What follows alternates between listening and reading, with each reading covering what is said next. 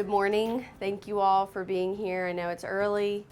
My name is Emily Massey. I am an attorney. I work for the law firm of Ward & Smith. Our law firm represents Barbour's Towing, so that means that the company is our client. We represent the company. We don't represent individual employees.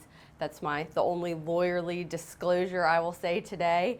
So I am not your personal lawyer, but I am my firm represents the company as a whole, but I do a lot of these trainings.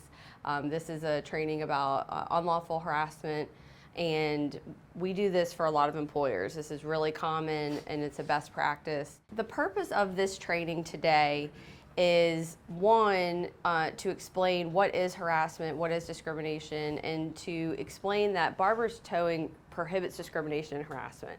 And there's a couple reasons for that. One, Barbour's Towing wants this to be a good place for you to work, wants you to feel comfortable at work, but also it's illegal under the law. So Barbour's Towing is taking those steps to make sure that it's complying with the law. So hopefully throughout this presentation you'll learn what harassment is and then what you can do in helping to comply with Barbour's Towing's policies and comply with the law. So you may have heard of Title VII, and that's a federal law. It's Title VII of the Civil Rights Act of 1964. And that is, that law protects certain classes of people in the employment context. So if you are, and yesterday when I was doing this training, I would say there's about 7 protected classes, and I would always just list 6. So I luckily have it up on the screen. So Title VII and related laws protect against employment discrimination based on race, color, religion, gender or sex, national origin, age, disability, or other legally protected status. So there might be state laws that have other protected status, for example, or other federal laws, such as military status is also a protected class. Or you'll see at the very end, or the employee's relationship or affiliation with anyone in these categories. So we'll start off with a little hypothetical to try to apply what this means, and this was an actual case that happened. So Anne is a white female. She is married to Ben, an African-American male. Anne works at a small 20-person company. All employees are white. The employees have close personal relationships and often send each other chain emails with jokes. I know all of you have received those before. However, some of the chain emails Anne receives include derogatory jokes about people of color and cartoons including Confederate flags. So our first question of the morning is, if the emails and related conduct rise to the level of severe and pervasive, is Anne protected under Title VII? Yes or no? Yes. Because even though Anne is not African American, her husband is, she has a close personal relationship. So this is just a demonstration to show, one, that more people are protected maybe under Title VII than you would think. Also, just from even a non-legal perspective, it makes you think about sometimes even if you feel like you know your coworkers, you may not know what their home situation is or what's going on in their life. So you need to be respectful and talk about things in a way that is thinking about different life experiences for different people, and just making sure that you're not, we're not trying to create a PC environment necessarily, but an environment of mutual respect. And one way that we always think about it is think about the person that you respect most in your life. And would you say, if you're at work joking around with one of your coworkers, would you say that to that same joke or that same comment to the person you respect most? So that's the kind of conduct that we want you to have at work, but don't want you to feel like you can't be yourself. Here are some examples of unlawful harassment. Verbal or physical conduct that denigrates or shows hostility or aversion toward an individual because of his or her race, color, religion, age, national origin, disability, or other legally protected status. Another example are acts of discriminatory intimidation, ridicule, or insult that create an abusive working environment.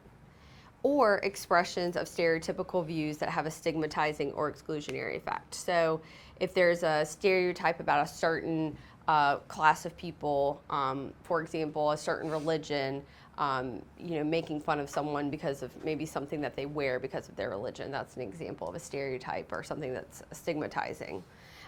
So one important note about all of these examples of unlawful harassment is that it applies not only to how you treat each other as employees, but also anyone that you interact with in your job, in your employment. So this could be customers, partners, vendors, suppliers. Because you are working, if they act this way towards you, you need to speak up to HR or to your manager and say, this vendor, this supplier, this customer is acting inappropriate towards me, has said something that's offensive to me based on my gender or based on my race, because you are protected because you are at work. So that's something that I wanted to make sure to point out. Also, it's not just one-on-one situations. It's not just two employees. It can also be a hostile work environment or some type of intimidation or environment of ridicule can be created by a group of people against another group of people. And an example that we've seen before is, for example, a group of male employees are standing around talking and maybe telling jokes about women's sexual habits. And when a female employee walks by or overhears it and feels uncomfortable. Now, does that rise to the level of harassment under the law? Probably not, because it has to be severe and pervasive and happening every day for it to be something that would be considered harassment under Title VII under the law. But at Barbour's Towing, our policy, which we'll go over, prohibits that kind of conduct. So again, Barbour's Towing wants to create an environment that's welcoming to everyone and where everyone feels comfortable. And so telling those types of jokes that might make someone feel uncomfortable is not appropriate. Now, again, you might tell a joke that you also think about people who might be, as some people say, thin-skinned. If the joke is not based on one of these protected classes, so if it's not based on gender or age or disability or race or color or national origin, then the joke is likely fine. I get that question a lot. So that means I can never tell a joke again. It doesn't mean that. It just means that you can't talk about things in a derogatory way about someone's protected class. Now, Barbour's Towing does have policies in the handbook, which you all have access to, about anti-bullying, treating each other well. So even if you feel like you're being bullied, but it doesn't have to do with your protected class, still speak up and say something, because Barbour's Towing does not allow that kind of conduct. Again, we want everyone to feel comfortable, want everyone to have a good working environment. Me Too, the Me Too movement, I'm sure you've seen in the news the past couple of years. Just to explain what Me Too is and the sexual harassment. So what's been in the news is essentially a lot of employees speaking up and saying, I've been sexually harassed in the workplace and I never felt like I could say something because my job, I would get fired. And because of that movement, we've seen an increase of employees recognizing what their rights are. And so we have seen a lot more folks speak up, and so that's what makes this training even more important, to explain to everyone, yes, you do have these rights, and yes, your employer, in this instance, Barbour's Towing, prohibits this type of conduct. So if whether it's sexual harassment or just any type of discrimination, you have rights, whether under the law or as an employee at Barbour's Towing, to speak up and say that you feel uncomfortable with with some conduct by someone else. So what is sexual harassment? It is unwelcome sexual advances, requests for sexual favors, and other verbal or physical conduct of a sexual nature. The key here is unwelcomeness, not voluntariness.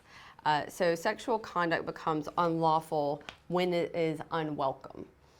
The conduct is not solicited or invited and is regarded as undesirable or offensive. So this scary picture of this peeping Tom, that would be an example of something that is not solicited, not invited, You don't want him looking at you, makes you feel uncomfortable. An example that I like to share is, so say my supervisor came up to me and said, Emily, I really like your blouse. It looks really nice on you. Thanks, I really appreciate that. That's a welcome compliment. Switch the tone of that, and it's whether a male or a female supervisor comes up to me and looks me up and down and says, wow, Emily, really like that blouse. It looks really good on you. Might feel a little bit uncomfortable.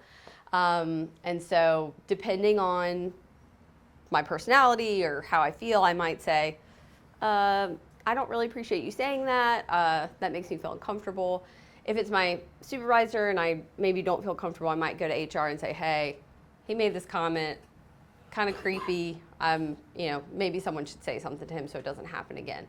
That's what we want to happen. Unfortunately, what happens a lot is folks just don't say anything, and then that conduct continues, and then it might rise to the next time he, puts a hand on my shoulder and, something like that. So again, it's about tone, about the context of the situation. And so that's just kind of one example. Again, under the law, would a court find that comment to me as unlawful harassment? Probably not. But this is something that if it happened repeatedly, it could rise to the level of unlawful harassment. But nevertheless, under Barbour's towing's policies, if something like that was said, it would be completely appropriate to complain, and then that person would maybe have a verbal warning or just a conversation. The second circumstance where sexual conduct becomes unwelcome is the conduct is sexually aggressive or sexually oriented. And so, I think that's pretty clear. That's what you've seen a lot in the news about sexual advances and kind of the quid pro quo, saying you need to have this sexual relationship with me so you can get promoted or else I'll fire you. But a more common circumstance that we see is maybe when coworkers have a flirtatious relationship. And it may be completely consensual, and there may be flirting back and forth, but maybe one of the employees takes those flirtations as, okay, well, maybe a romantic relationship can start. And so let's say Paul asks Susie out and says, they've been flirting for a long time. Susie, would you like to go on a date with me? No. Okay. Next day, Paul says, Susie, come on, you want to go on a date with me? No. And Paul, and I think about, my situation with my husband, he was he asked me on multiple dates. We were not coworkers, but, persistence can be a good thing. But in this situation, because they're coworkers, if Paul kept asking her over and over again and she kept saying no and she felt uncomfortable, that could rise to the level of harassment. So again, because we're in the working environment, she is protected under Title VII, and so that's something to keep in mind. As well when it comes to those kind of flirtatious relationships or romantic relationships in the workplace. Then also, the third example, conduct can initially be voluntary and later become unwelcome. So the example that we've seen, we've actually seen this come up a couple times, is where there's a consensual romantic relationship between employees and then they break up. Again, because we're in the employment context, if there's it's now unwelcome. It's no longer consensual. And one hypothetical that I've seen is, let's say, Tom and Betty are together, and then Tom breaks it off. And Betty comes into the office every single day and is, badgering Tom about getting back together and talking to him about their sexual relationship and things like that. And that could rise to the level of harassment because Betty is harassing Tom about their sexual relationship. So those are just some examples of how unwelcomeness or how sexual conduct becomes unlawful. All right, now here is a question for you guys. Would you consider a hug from a coworker appropriate or inappropriate? A lot of lawyers will say, especially with the Me Too environment, no hugs, no touching at all. But my position is we're in North Carolina, especially companies like Barbour's Towing, where y'all have worked together for so long, or maybe really close. If you know that someone is a hugger and you're a hugger and you like to hug, that's completely fine. Again, it comes down to whether it's a welcome or unwelcome. What about a compliment about your appearance? Like I said, does it make you feel good when someone says, "Oh, you look good today. I like your new haircut"? That can be good. There might be someone, however, like I was talking about before, where you don't know everyone's comfort level. It might make someone feel uncomfortable if you compliment their appearance. And it just becomes, keeping your eyes open, keeping your ears open. If something you say someone has a reaction to what you say, then okay, I shouldn't compliment that person again, because it makes them feel maybe self-conscious or uncomfortable. But then what about an arm around the shoulder? You're talking to someone and you put your arm around the shoulder. For some people, that might be completely normal. I think a lot of people, depending on your relationship, might feel like that's in the workplace, might be a little bit too touchy. A hand on the knee. I think that pretty clearly crosses the line. But sometimes you tell a joke and you slap someone on the back or slap them on the knee. But again, it comes down to what type of relationship do you have with that person? Was that welcome conduct? And then finally, a kiss on the cheek. I think that pretty much crosses the line. I think there's some rare circumstances, family members who work together and things like that, where that might be okay. I think that typically crosses the line, but most of us know when our conduct crosses the line. But it's just remembering that when you're in the employment context, that you really just have to think about everyone has different comfort levels, whether it's what you say or what you do, and how you treat each other. So just keep that in mind. Okay, so these are just a couple of facts about sexual harassment, just to kind of demonstrate how prevalent it is. This was a 2018, early 2018, survey that 38% of women have experienced sexual harassment in the workplace. 13% of men have experienced sexual harassment in the workplace. And importantly, this is a very old statistic, it's a few years old, before the Me Too movement, the EEOC, which is the Equal Employment Opportunity Commission that regulates Title VII, they estimated that 75% of employees have experienced harassment but never reported it. And that's pretty huge. So essentially, take these people out, 75%, 3/4 of people who experienced some type of harassment just never said anything. And so, first of all, Barbour's Towing doesn't want that. If you feel uncomfortable about something, the company wants you to speak up and wants to nip that in the bud, wants to take care of it, wants to take care of you. And we'll talk about the fact that Barbour's Towing will not retaliate against you, so will not treat you differently for reporting or participating in any type of investigation. So one thing about this, a lot of people are surprised by the 13% of men have experienced sexual harassment in the workplace, but we see it all across the board. We see women harassing women, men harassing men, men harassing women, women harassing men. And so, because sexual harassment, there's kind of two different types. There's what's the right word?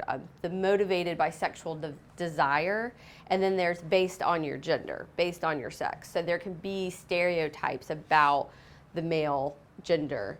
So sometimes that can happen. There certainly can be sexual, like the example I gave with, I think it was Tom and Betty, where that was about sexual desire. That was, hey, I want us to get back together in our romantic relationship. But it can just be, based on a stereotype of, you're not man enough, or you're not, characteristics that are typically associated with the male gender. So that's just to clarify that it's not just the traditional male and female. When does unwelcomeness become harassment? Just a few more examples. So unwelcome conduct by a coworker can become harassment where submission to the conduct is made either explicitly or implicitly a term or condition of an individual's employment. So the example where you have to do this, or you're going to be demoted, or I'm not going to give you the schedule that you want.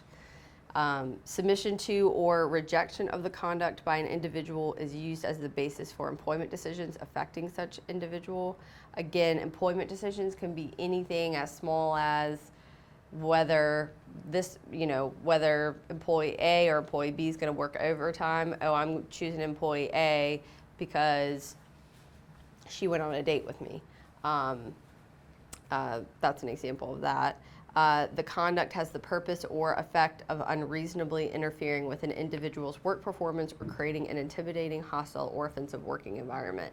So this is more of the example, as I was talking about before, with the inappropriate jokes in the workplace. If those types of jokes happened every day and the employee felt uncomfortable to the point where he or she felt like they couldn't even come to work, they can't work somewhere, do their job without being discriminated against or harassed, then that would be, that's this last example of where it's becomes harassment. So in my previous hypothetical about the comments about my attire, like I said, that one comment wouldn't constitute harassment, but continuous comments, or like I said, a lot of times what we see is a couple comments and lead to maybe inappropriate touching, inappropriate emails, and things like that. So again, it's really important to just address the situation on the front end so that that type of conduct doesn't continue. So types of potentially harassing conduct. Physical conduct, I think that's obvious, but this maybe some of the non-obvious examples are accidental collisions. You accidentally bump into someone, but again, it happens every single day, and there's some brushing and some touching, rubbing, grabbing, and then, like I said, hugging. I mean, if it's an unwelcome hug or an unwelcome arm around the shoulder, that can be harassing conduct. Verbal conduct, so obvious example are sexual offers, but also offensive jokes or remarks, threats or pressure for sexual favors. And then nonverbal conduct, I would say the most common here is posting, posters that are inappropriate, or sending emails or cartoons, kind of like the example at the beginning, which had to do with racial discrimination and harassment. Sending inappropriate or jokes that are offensive, or having posters in the workplace that are excluding a certain protected class. Another example, and we talked about this yesterday, of nonverbal conduct would be staring, hovering, gesturing, and I think some people are, so someone stares and that's harassment. Well, again, it depends on the situation. The peeping Tom photo that I showed, I think it's pretty clear there that that's unwelcome and that could be harassing. And so it comes down to how it makes you feel, and the sooner that you speak up about it, the sooner it can be addressed, because those are, if you feel uncomfortable, it's likely inappropriate. So other prohibited conduct. So we've talked about harassment, what harassment is, what the different types of protected classes are, kind of examples of conduct that might be harassment, but there's also under Title VII and also under the law, and then under Barbour's towing's policies, there's other types of conduct that are prohibited. The first is retaliation, which is really important to understand. So retaliation means any adverse action that affects the terms or conditions of employment that is connected with engaging in a protected activity. So that's a lot of legal words. So protected activity under the law means you're complaining about something, you participate in an investigation about a complaint. And when I say investigation, I mean Jerry receives a complaint about discrimination or harassment, and so he takes a few folks individually and talks to them. That's an investigation. In certain circumstances, sometimes employers will bring out an outside party like a lawyer. I do that a lot for clients, that I'll conduct an investigation and talk to folks. So if you do that, you need to know that you need to be open and honest, and know that Barbour's Towing will not retaliate against you for participating and being honest about what you know, what you've seen, what you've heard. And the same if you make a complaint. And so retaliation can be and so the other kind of legal term is adverse action. And so adverse action would mean you're demoted or you're fired, or things that are typically part of your employment are denied from you. Now, there might be other reasons why those things happen. It might be there's performance issues, but those employment decisions cannot occur because you complained or because you participated in an investigation about a complaint. So coercion is another type of prohibited conduct, and that's typically associated with sexual harassment, and we've pretty much covered that. So interference and intimidation. So essentially what that means is that the conduct has, these are associated with what you may have heard of hostile work environment. And hostile work environment is where the harassment is to the point where you feel like you cannot do your job. And the harassment's based on one of your protected, based on your status in a protected class, and you feel like you can't do your job. So the conduct has the purpose or effect of unreasonably interfering with your job performance or creates an intimidating, hostile, or offensive work environment. And the harassment must be sufficiently severe or pervasive to alter the conditions of your employment and create an abusive work environment. So that's other prohibited conduct in addition to harassment. Under Title VII, and like I said, the EEOC is the federal agency that regulates Title VII. So they say employers, because Title VII is includes employment protections, they say, all right, employers, you have a responsibility. If one of your employees is harassed, you have some level of responsibility.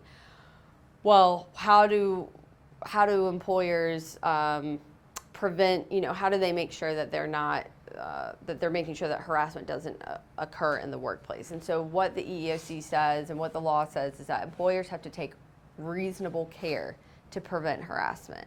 And so how does Barbour's Towing take reasonable care? So first, we implement and enforce policies and procedures that prohibit sexual and other types of unlawful harassment. That's in your handbook. You've also received a copy of that policy recently, and those policies are enforced. Also, Barbour's Towing provides a mechanism, a way for reporting and addressing employee complaints of harassment. So we'll talk about that when we go through the policy, but essentially,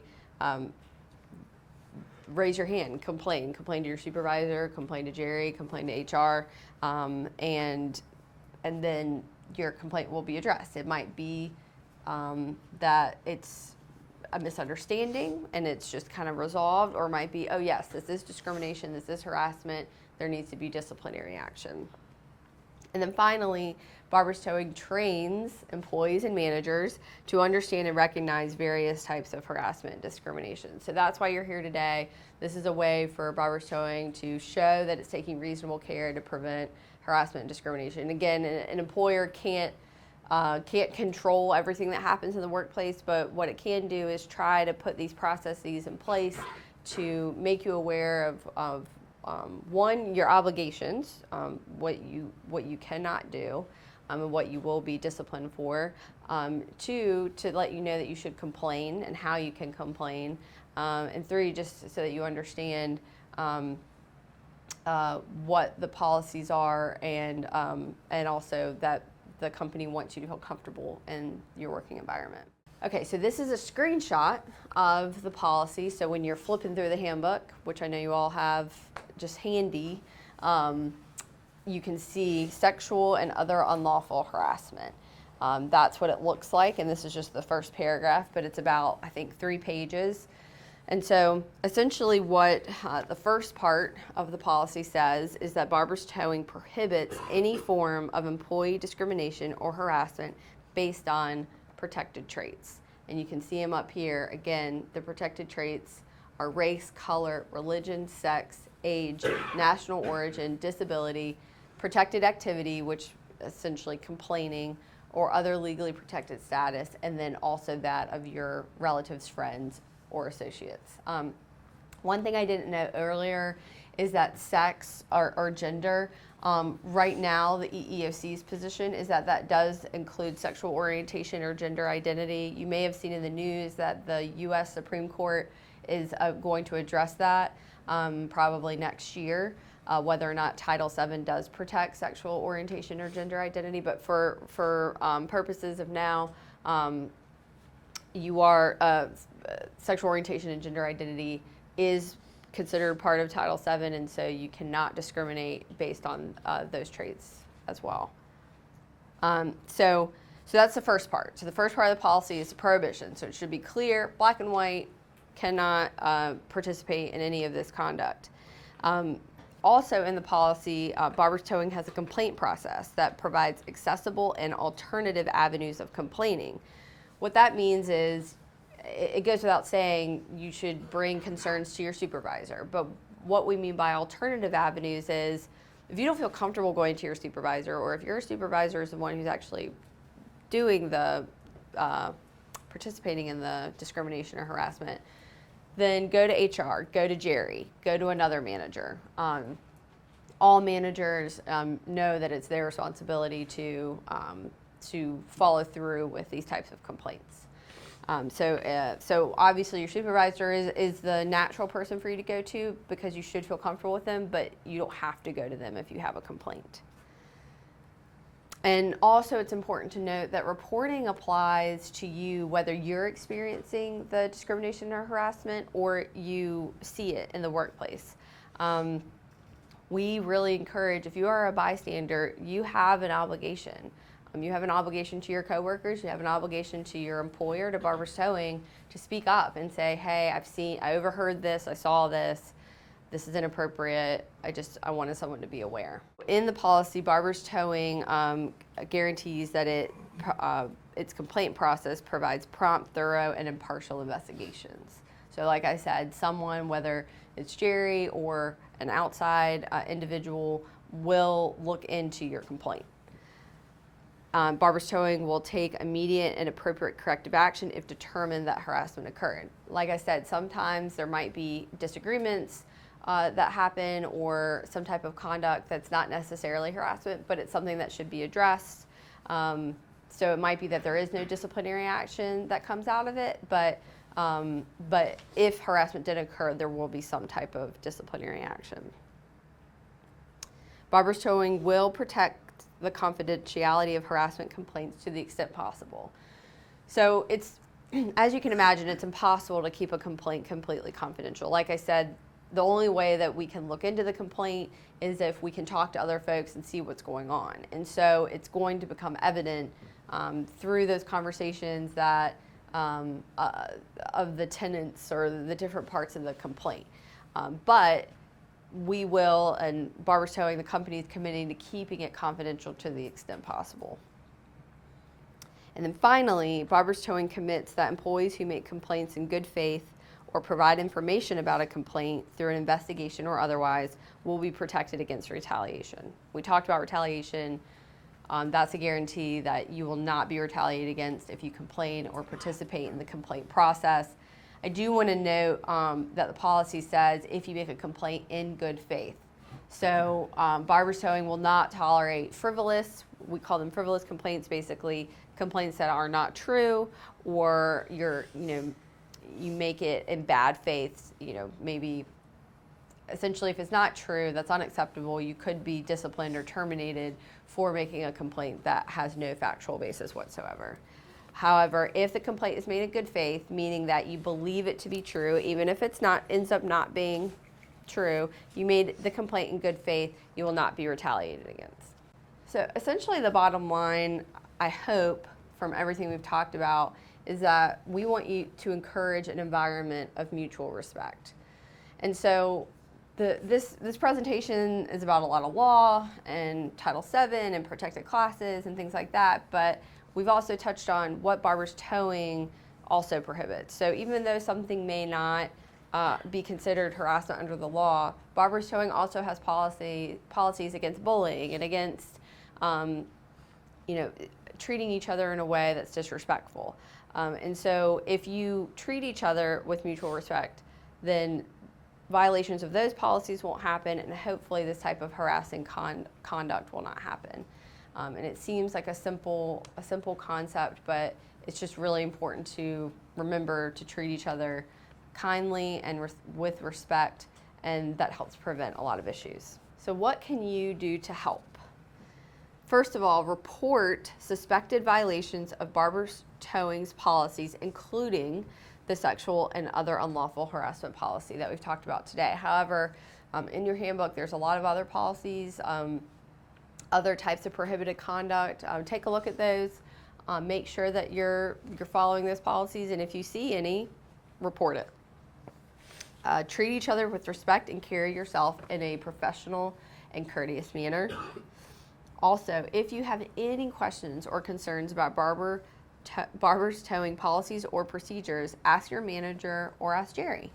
A lot of times these policies can be written in ways that there's unfortunately a lot of legal jargon. We try to stay away from that, but if you don't understand what something means, then just ask.